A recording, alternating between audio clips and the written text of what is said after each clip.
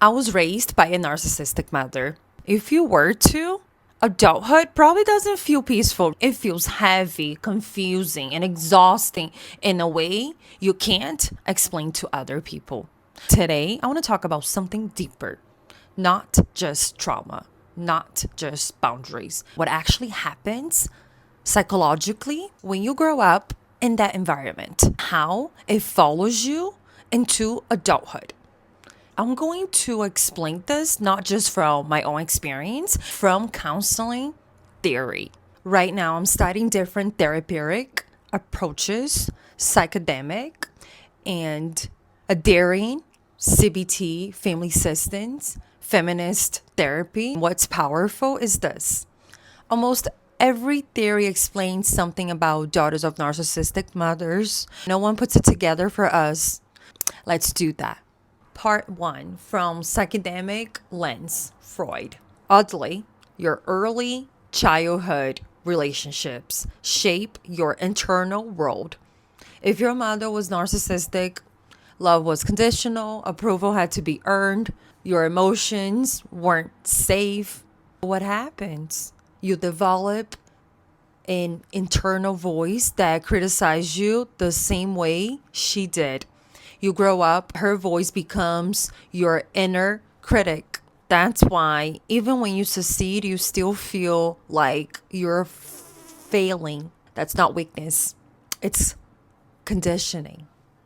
Part 2, Adler talked about inferiority feelings. Now think about this.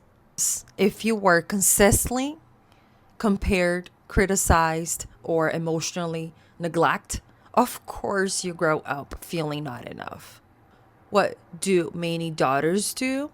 They overachieve, overgive, overfunction in relationships because deep down they are still trying to prove I'm worthy.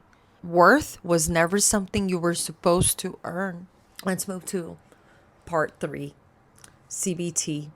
Therapy says thoughts create feelings, create behaviors.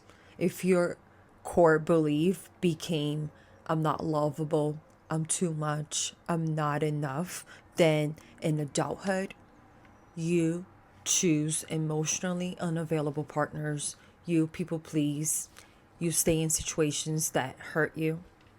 Not because you're stupid, because your brain learned that chaos feels familiar. The nervous system always chooses familiar over healthy. Part 4, family systems. Theory says something powerful. The problem is never just the individual, it's the system. In narcissistic families, roles form: the gold child, the scapegoat, the invisible one. If you were the scapegoat, you learned to observe blame. If you were the invisible one, you learned your needs didn't matter. Now in adulthood, you disappear in relationships or you feel responsible for everyone. That's not personality, that's adaptation. Part 5. Now, here's where it gets deeper. Many daughters of narcissistic mothers reach adulthood and think, who am I? What do I actually want? Why do I feel empty? Because your childhood wasn't about discovering yourself, it was about surviving someone else's emotional stability. Thanks, mother. Adulthood becomes the first time you actually meet yourself. That can be terrifying. For me, adulthood felt like emotional pressure, balancing career, relationships, healing, identity, self worth. Underneath all of that, a quiet belief that something was wrong with me. Here's what I have learned: nothing was wrong with me.